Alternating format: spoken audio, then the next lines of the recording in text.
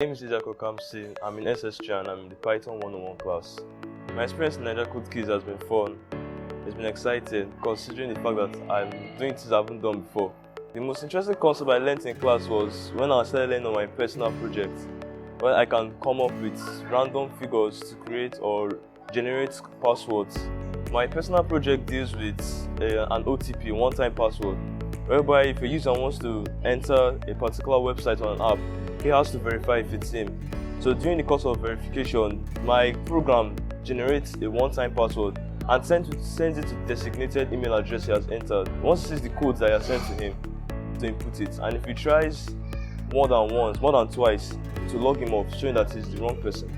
That is to improve security, cyber security.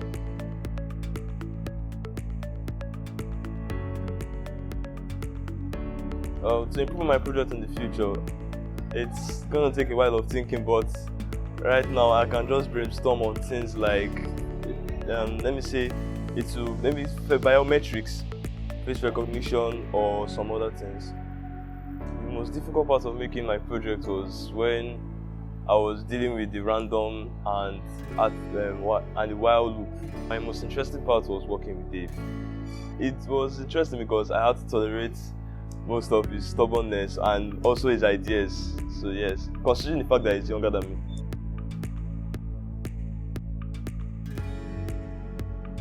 I will choose to go to school. I don't know what I would do with $1 billion.